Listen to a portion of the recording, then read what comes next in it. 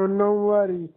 పాలెం అమ్మమ్మ ఒక అమూల్యమైన రత్నం. నా చిన్ననాటి ప్రపంచం ఆమె ఒడిలోనే మొదలైంది. నన్ను ప్రసవించిన అమ్మ అయితే నన్ను పెంచింది మాత్రం అమ్మ అంటారు. అందులోనే మా అమ్మమ్మ ఒక అమూల్యమైన రత్నం. నా చిన్ననాటి ప్రపంచం ఆమె ఒడిలోనే మొదలైంది. నన్ను ప్రసవించిన అమ్మ అయితే నన్ను పెంచింది మాత్రం అమ్మమ్మే. పసికూనగా ఉన్న నన్ను ఎన్నో నిద్రలేని రాత్రులతో లాలించింది. ఆమె వంటింట్లోని గుమగుమలు తినిపించిన ఆ గోరు ముద్దలు, ఇవన్నీ ఇప్పటికీ మరిచిపోలేని అనుభూతులు. ఆ చేతుల స్పర్శలో ప్రేమ ఉండేది, ఆ మాటల్లో మమకారం ఉండేది. నా బాల్యమంతా ఆమె నవ్వుల్లో, ఆ ఇంటి ఆవరణలో, ఆ ఇంటి ప్రతి మూలలో ఇప్పటికీ ఆమె జ్ఞాపకాలు పలుకుతున్నాయి. కానీ ఇప్పుడు ఆ ఇంటికి వెళ్లాలంటే హృదయం అడుగుతోంది, ఆమె లేకుండా ఎలా వెళ్తావు అని. పాతకాలపు ముచ్చట్లు వినాలని ఉంది, మళ్లీ ఒకసారి ఆమె ఒడిలో పడుకోవాలని ఉంది. సెలవులొస్తే గుర్తొచ్చేది ఇప్పటికీ అదే ఇల్లు, అదే అమ్మమ్మ. ఆమెతో చెప్పాల్సిన మాటలు ఎన్నో ఉన్నాయి, కానీ కాలం ముందుకు వెళ్లిపోయింది. అమ్మమ్మ, నీ మాటలింకా నా చెవుల్లోనే వినిపిస్తూనే ఉన్నాయి. నీ ఆశీర్వాదం నా తలపై అదృశ్య హస్తంలా ఎప్పటికీ ఉంటుంది.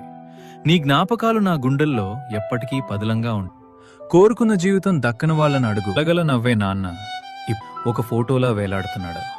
అర్ధరాత్రి లేచి నాన్నని తలుచుకుంటూ ఏడిచే అమ్మ ఏడుపు నన్ను చీల్చేస్తుంది. బ్రతికాం. ఇప్పుడు నాన్న లేని పిల్లలు అని చూస్తుంది ఈ సమాజం. కానీ వాళ్ళకేమీ తెలుసు, నా అప్పులు, నా పిల్లల భవిష్యత్తు, సొంత ఇల్లు, భార్య, ఆనందం కోసమని. నాకు డబ్బు అవసరం అబ్బా, అంతే, ఇష్టం కాదు. నన్నందరూ అడిగేవారు, ఎందుకు ఒక్కరోజు కూడా లీవ్ తీసుకోకుండా, రెస్ట్ లేకుండా పనిచేస్తామని. కానీ వాళ్ళకి పోయారు 3 ఆడపిల్లలు. ఈ తరం కేవలం పరుగు పెడుతోంది. ఒకప్పుడు మా బాల్యం ఆ మట్టి వాసనలో ఉండేది. సాయంత్రం అయితే చాలు, వీధి అరుగుల మీద కూర్చుని ఆడుకునే ఆటల్లో ఉండేది. వాన వస్తే మాకు సంబరం. కాగితం పడవలు, బురదలో గంతులు, అమ్మ తిడుతున్నా లెక్క చెయ్యని ఆనందం.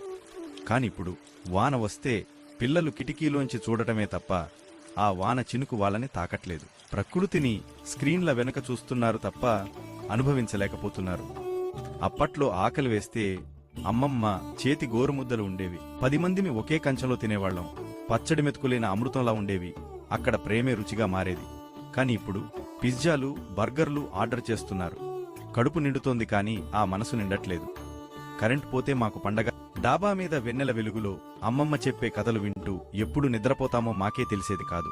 ఆ చల్లగాలి ముందు ఏ ఏసీ, కూలింగ్ పనికొస్తుంది చెప్పండి. ఇప్పుడు కరెంట్ పోతే విసుగు, ఇన్వర్టర్ల శబ్దం, ఆకాశం వైపు చూసే తీరిక ఎవరికీ లేదు. అప్పట్లో ఒక ఉత్తరం